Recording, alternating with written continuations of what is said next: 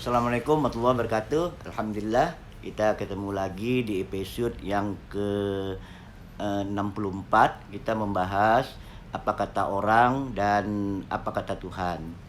Nah, ada sebagian pendapat bahkan dari para ulama mengatakan bahwa Al-Qur'an itu tidak bisa disentuh karena informasi Allah mengatakan bahwa Al-Qur'an tak bisa disentuh. Kenapa? Kecuali orang-orang yang disucikan. Nah, atas dasar inilah ulama kita ada sebagian berpendapat bahwa jadi kalau menyentuh Al-Qur'an, kalau memegang Al-Qur'an itu harus dengan wudu supaya kita suci. Karena kalau nggak suci, nggak bisa memegang, nggak bisa menyentuh, gitu kan? Nah, argumen ini muncul dari Al-Waqi'ah ayat 79 yang mengatakan bahwa Allah mengatakan bahwa la yamassuhu illal mutahharun. Jadi tidak akan tersentuh, Al-Qur'an itu tidak akan bisa tersentuh oleh orang-orang yang kecuali orang-orang yang disucikan. Nah, inilah yang menjadi dasar menyatakan hal demikian. Nah, apakah memang pemahamannya seperti ini gitu? Sedangkan kalau kita lihat fakta sekarang, ini kan Al-Qur'an yang ada yang kita lihat sekarang ini kan jangankan tidak bisa disentuh, ya kan? Malah ada yang dibakar, faktanya kan begitu. Ada yang diinjak-injak, ada yang dihina segala macam. Itu yang dilakukan oleh manusia, gitu kan? Nah, kalau memang demikian, apa maksud daripada Allah bahwa Al-Qur'an ini katanya nggak bisa disentuh, padahal kenyataannya kita bisa menyentuh, kita bisa merobek dan segala macam, gitu kan? Nah, dalam hal ini mungkin kita yang pertama kita harus membedakan dulu kata Quran secara nakira tanpa huruf alif lam, nah dengan kata Al-Qur'an secara ma'rifah. Jadi ada alif lam, ada Quran, ada Al-Qur'an. Nah, jadi ada dua kan, ada Al-Qur'an, ada Quran, ada Al-Qur'an. Nah, Quran pada dasarnya ini adalah sebuah istilah, sebuah konsep atau ide-ide awal yang ada di dalam pengetahuan Tuhan. Iya, nah, ide-ide awal yang ada di dalam pengetahuan inilah yang disebut Quran ini disebut Tuhan dengan Quran Majid. Ini tersimpan di Lauh Mahfuz. Jadi Lauh Mahfuz itu tempat menyimpan Quran Majid, bukan tempat menyimpan catatan nasib manusia, gitu kan. Nah, ini kita lihat, ini dapat kita lihat di surah Al-Buruj ayat 21 dan 22. Nah, Quran Majid ini kemudian dijadikan Allah ditransformasi, dijadikan Allah yang namanya Quranan Arabian. Nah, ini dapat kita lihat di surah Az-Zukhruf ayat 3. Inna ja'alnahu Quranan Arabian. Jadi dijadikan Quran Arabian.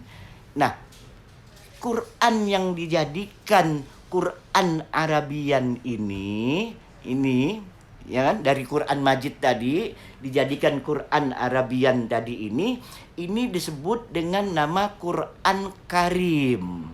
Nah, jadi sebutannya turunnya lagi jadi Quran Karim. Nah, Quran Karim ini disimpan di kitab yang namanya kitab Maknun. Nah, nanti kita bahas itu kan. Nah, Quran Karim yang ada di kitab Maknun inilah maksud Allah yang tak bisa disentuh oleh orang kecuali orang-orang yang disucikan. Nah, ini dapat kita lihat di surah Al-Waqi'ah ayat 77 sampai 79. Di sana Allah katakan innahu laqur'an karim, yang sudah dijadikan Quranan Arabian tadi. Ini namanya innahu Qur'an Karim. Nah, itulah yang namanya Qur'an Karim. Itu ada di mana? Ayat selanjutnya fi kitab fi kitab maknun, ada di dalam kitab maknun. Nah, inilah kata Allah yang tidak bisa disentuh. Makanya ayatnya dilanjutkan, la yamassuhu illal mutahharun. Nah, yang Quran Karim yang ada di kitab maknun ini, inilah yang tak bisa disentuh. La yamassuhu illal mutahharun. Nah, bukan Al-Quran yang ada pada kita. Nah, Quran Karim inilah yang ada di kitab maknun inilah diturunkan kepada Muhammad, diinzalkan. Makanya dikatakan setelah ja'al baru diturunkan, ya kan? Inna anzalnahu Qur'anan Arabian. Nah, itu ada di surah Yusuf ayat 3. Inna anzalnahu Qur'anan Arabian, diturunkan dalam bentuk Quran Arabian, la'allakum ta'qilun, agar kata sederhananya agar otak kita itu main, kata Allah. Jadi diturunkan dalam bentuk Quran Arabian. Nah, ketika dia Quran Karim yang diturunkan kepada manusia ini melalui Rasulullah Sallallahu Alaihi Wasallam, inilah yang disebut dengan Al-Quran Al-Majid. Nah, ini dapat kita lihat di surah Qaf ayat 1. Qaf wal Quran nil Majid. Jadi ada Al-Quran, jadi yang diturunkan itu adalah Al-Quran Al-Majid. Nah, jadi kalau kita lihat, ya kan, berarti ada 3 posisinya. Pertama, yang disebut dengan Quran Majid, ya kan? Quran Majid itu adanya di Lauh Mahfuz, di dalam ide-ide awal, di dalam pengetahuan Tuhan, disimpan di Lauh Mahfuz. Terus ini dijadikan namanya Quran Karim. Inilah yang ada di kitab maknun. Nah, dari kitab maknun inilah yang diturunkan kepada manusia sebagai Al-Quran Al-Majid.